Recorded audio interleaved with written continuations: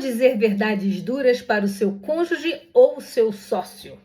Na realidade, essas verdades são tão importantes para nós porque o nosso cônjuge, o nosso sócio, conhecem a gente muito bem. E nós precisamos de receber feedback. Não tem pessoa melhor para nos dar feedback do que o nosso cônjuge ou o nosso sócio.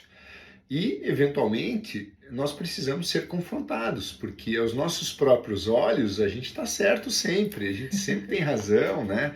Então, quem melhor e mais comprometido com a gente do que nosso cônjuge ou nosso sócio?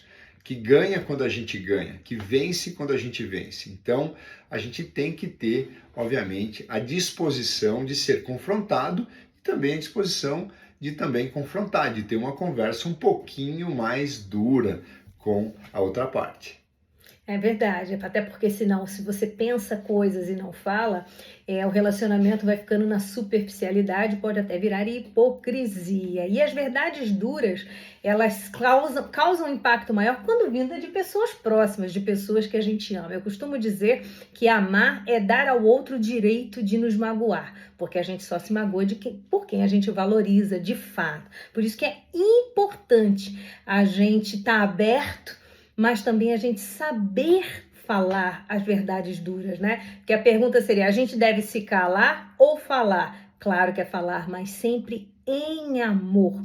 E ao longo da nossa vida, das nossas experiências, muitos momentos a gente precisou falar verdades duras um ao outro. E nós tivemos reações diferentes em momentos diferentes.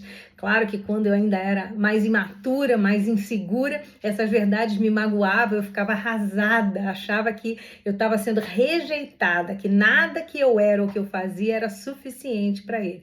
E à medida que o tempo foi passando, eu também fui aprendendo que a verdade dele tem que ser importante para mim.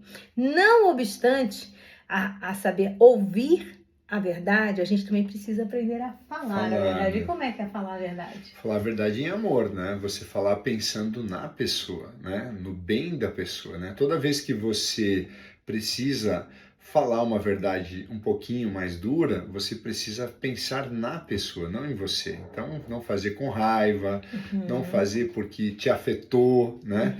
Mas fazer pela pessoa. Quando você coloca este filtro na tua comunicação, você vai ter ali uma capacidade, né, de fazer.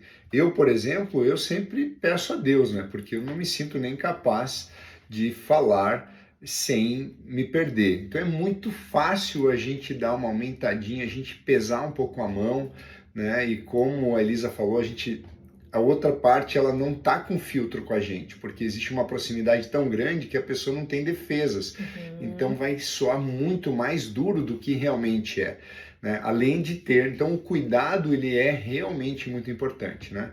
E numa eventualidade, se você errou na dose, apesar de você estava tratando uma coisa, você estava cumprindo um papel difícil para você também de falar uma verdade dura, você às vezes errou e a pessoa sinalizou que você foi um pouco duro, um pouco dura com ele, seja humilde e peça perdão, né? Peça perdão pela forma, né? Me perdoa pela forma, realmente eu me passei, eu fui duro, fui cruel, né? Na forma que falou. Então esse pedido de perdão também restaura a conexão e faz a ponte, tanto com o sócio quanto com o cônjuge. Sem dúvida. E num relacionamento tão próximo como conjugal ou mesmo uma sociedade, a gente tem que partir do princípio que o outro também está tentando acertar.